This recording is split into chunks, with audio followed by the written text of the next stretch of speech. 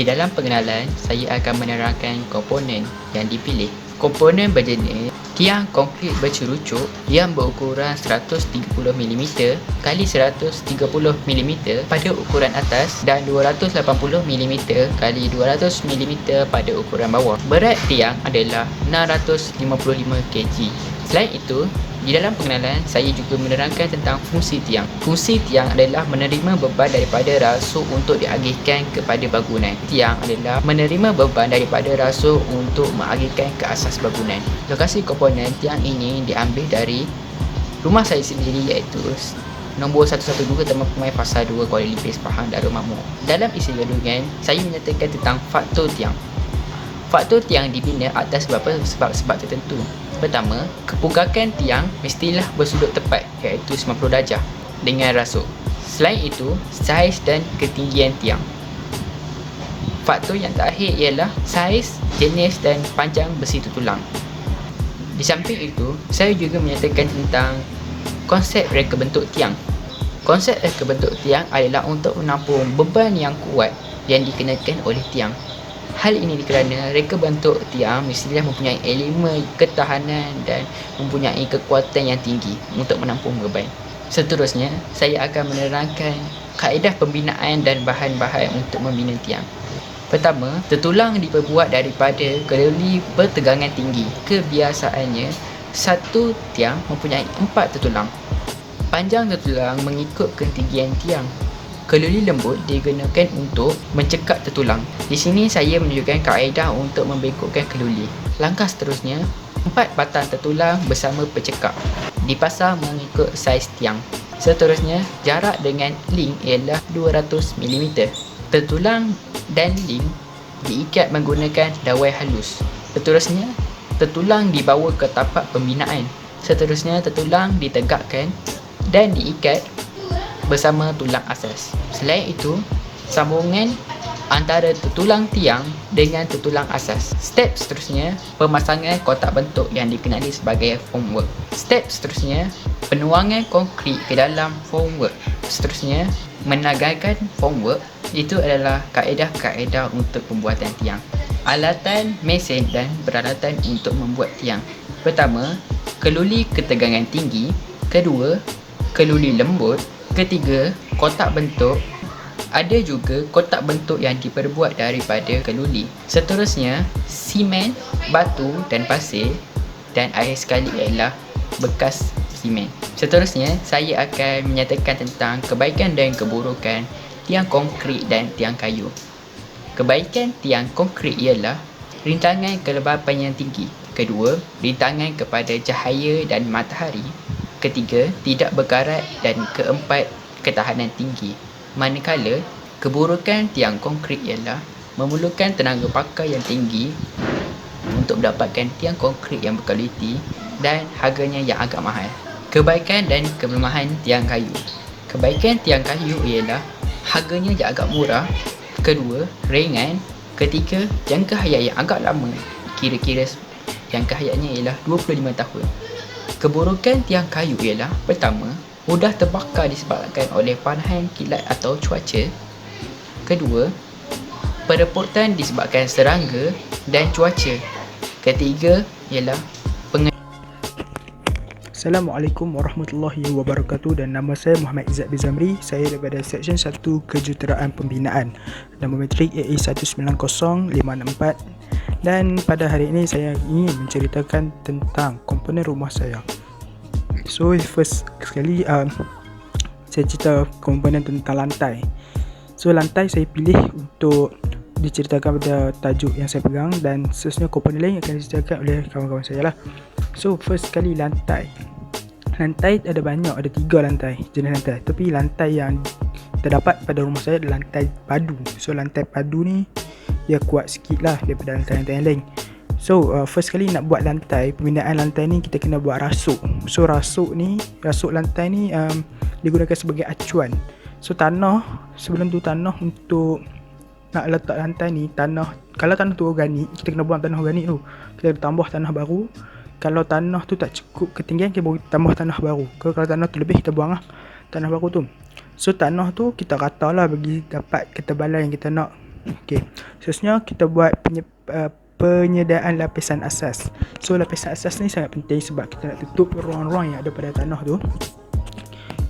So nanti tanah tu kalau tak tutup ruang, dia akan jadi jatuh. Tanah tu akan runtuh kira macam dia jadi tak rata lah. So kita penting lah untuk meratakan tanah ni, untuk menyediakan lapisan asas.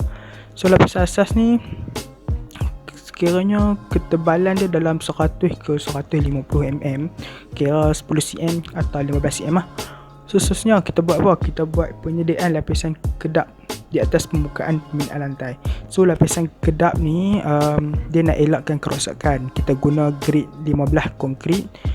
Standard kita guna ketebalan dalam 25 ke 50 mm ataupun 50 ke 75 mm.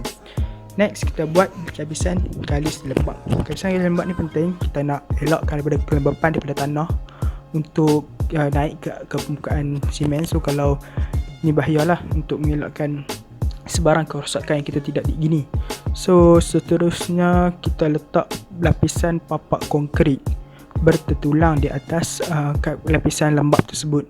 So lapisan ni digunakan, lapisan ni kita guna untuk grade yang sesuai lah. Kita ikut grade konkrit yang bersesuaian. So seterusnya kita letak besi jejaring ke atas lapisan tu. Dan untuk sebagai penapak, besi tu sebagai penapak, seterusnya kita letak racun serangga untuk mengelakkan daripada serangan daripada serangga perosak. Yang terakhir kita letak lepas lantai sebagai atas lantai, dan sebagai kemasan kita letak jubin lah. Jubin ni jubin ni satu alat kemasan, bahan kemasan yang sangat cantik. Satu cantik, tahan lasak, lepas tu dia tak mudah rosak lah, tahan lasak tu lepas tu dia sejuk, dia memiliki sejuk. So kelebihan lantai padu ni, lantai padu dia menyalurkan beban daripada permukaan lantai ke tanah tu. Kalau macam ada lantai link, dia melalui tiang atau dia menyalurkan daya melalui dinding, melalui tiang, baru dia sampai ke tanah. So tapi yang ni padu, dia terus ke tanah tu. Sekian daripada saya. Wabillahi taufiq wal hidayah. Assalamualaikum warahmatullahi wabarakatuh. Saya Khairul Hafizi akan membincangkan tentang komponen atau elemen yang saya pilih, iaitu bumbung. Bumbung merupakan bahagian teratas di dalam struktur sesuatu bangunan. Ia dibina sama ada berbentuk curam ataupun berbentuk rata. Bumbung berfungsi dalam memberi perlindungan daripada angin, panas dan hujan kepada bangunan. Antara faktor pemilihan bumbung adalah saiz dan bentuk bangunan, nilai estetika, ekonomi dan cuaca. Konsep rega bentuk yang kita gunakan adalah bumbung curam. Hal ini kerana bumbung curam amat sesuai digunakan di negara Malaysia kerana beriklim hujan dan lembap sepanjang tahun. Bumbung curam ialah bumbung yang mempunyai kecuraman di antara 10 hingga 70 darjah.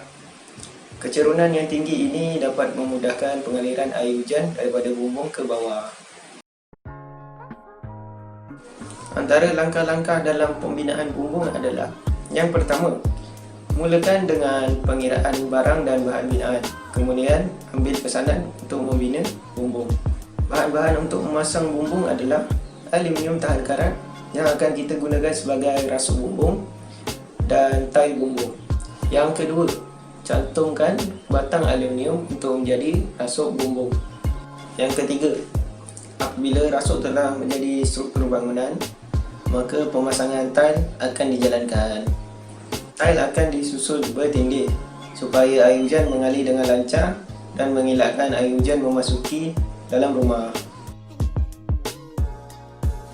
Antara alatan dalam pembinaan bumbung adalah tukul, paku payung, tangga, pita pengukur dan juga skru.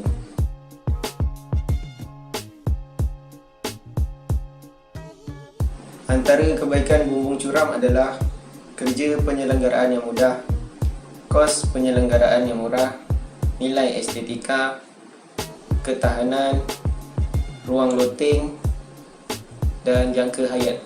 Antara keburukan bumbung curam adalah kos pembinaan yang tinggi, kerja penyelenggaraan, beban asas dan bunyi. Antara kebaikan bumbung rata adalah kos pembinaan yang murah, kerja penyelenggaraan yang mudah, ruang yang banyak dan rupa yang cantik jika dihias. Antara keburukan pada bumbung rata adalah kos penyelenggaraan yang tinggi, jangka hayat yang lebih pendek, penyerapan haba dan masalah kebocoran pada bumbung. Antara faktor pemilihan kemasan bumbung adalah kuat dan tidak mudah berkarat, berat kemasan dan daya pembalikan cahaya. Itu saja daripada saya. Terima kasih. Assalamualaikum warahmatullahi wabarakatuh. Saya Muhammad Danish Shifzan bin Amiruddin, bernombor matrik AA190279 dari Seksyen 1. Jadi pada hari ini saya akan menerangkan tentang komponen rumah yang telah saya pilih, iaitu dinding. Terdapat 3 jenis dinding yang digunakan, iaitu dinding bangunan, dinding sepadan dan dinding luar.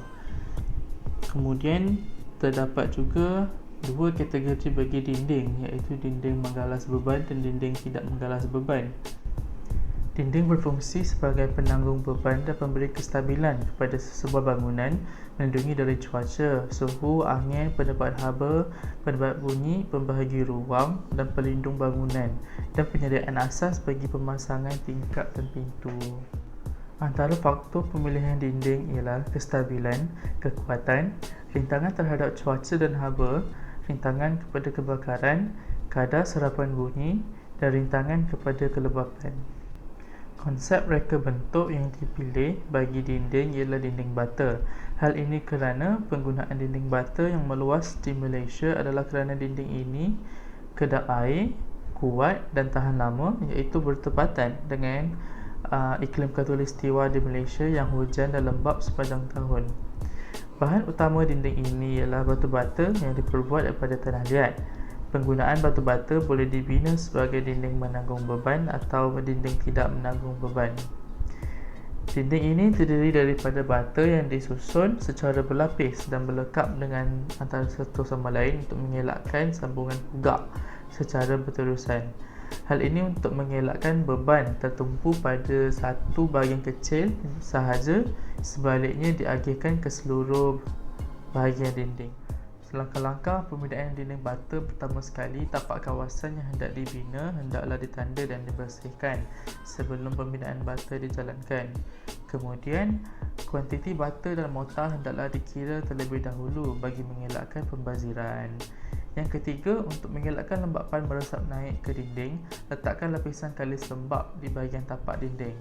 Yang keempat, pembinaan dinding ruang bagi pintu dan tingkap hendaklah disediakan terlebih dahulu, dan ketebalan mortar setebal 15mm perlu diambil kira. Kemudian yang kelima, bata disusun di atas lapisan kalis lembap. Bagi memastikan kelurusan, kepugakan dan kesamarataan bahagian atas dinding, benang dan timbang air digunakan. Pada lapisan keempat, letakkan kasa dawai untuk mengelakkan keretakan pada sambungan mortar. Yang ke-8, besi permulaan pada tiang sepanjang kira-kira 600mm boleh disediakan dengan jarak susunan bata 4 atau 5 yang akan dimasukkan ke dalam susunan bata bagi mengelakkan keretakan di antara tiang dengan dinding. Ke-9, letakkan pengukuh ataupun stiffener pada dinding yang luas bagi mengukuhkan lagi dinding bata. Dan ke-10, selain pembinaan pengukuh semasa pembinaan tiang, besi tertulang R6 atau R10 sepanjang 600mm disediakan dengan jarak 4 atau 5 lapisan bata untuk dimasukkan ke dalam lapisan bata. Yang ke-11, lapisan mortar setebal 10 hingga 12mm diletakkan untuk mengikat bata.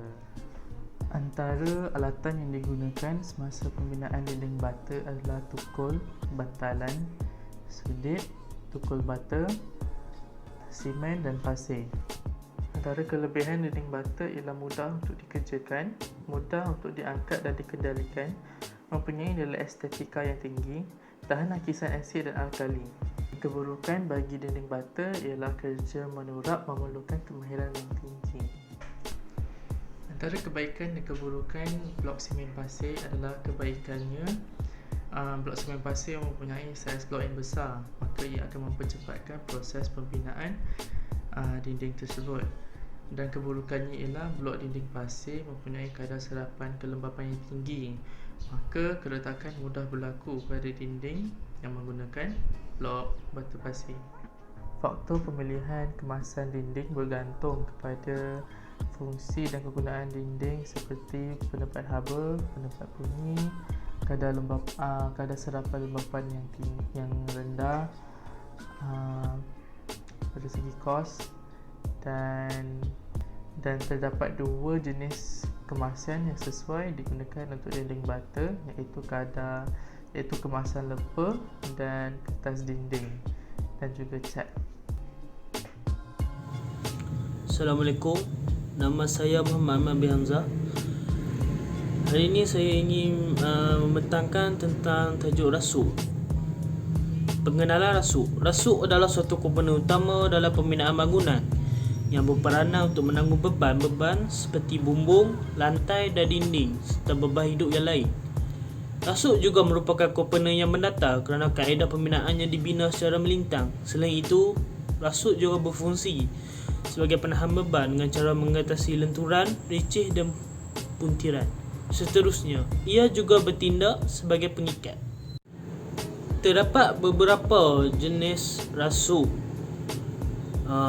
Rasuk yang digunakan pakai dalam pembinaan rumah saya ialah rasuk utama yang dikenali sebagai main beam, rasuk kedua iaitu secondary beam, rasuk pengikat tie beam, rasuk tepi dan iaitu H beam.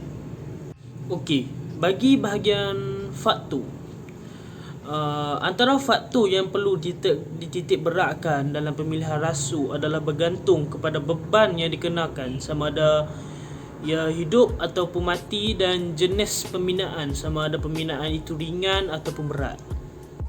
Konsep reka bentuk yang saya gunakan dalam pembinaan rumah saya ialah rasuk jenis disokong mudah. Okey, bagi kaedah pembinaan rasuk, kita mempunyai 3, di mana yang pertama ialah penyediaan tapak.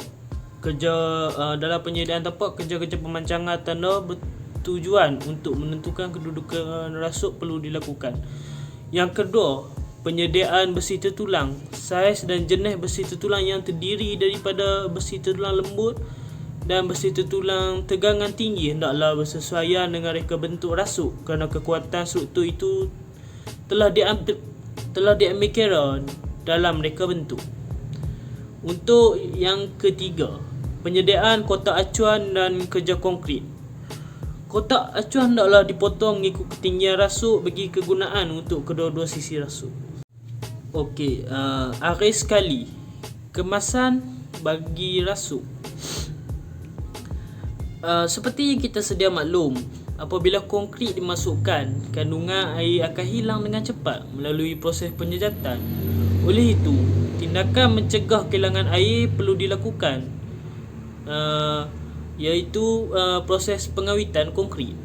Pengawitan ialah tindakan menjaga konkrit setelah dituang dan dipadatkan sehingga ianya mencapai kekuatan konkrit yang dikehendaki dengan menggunakan air.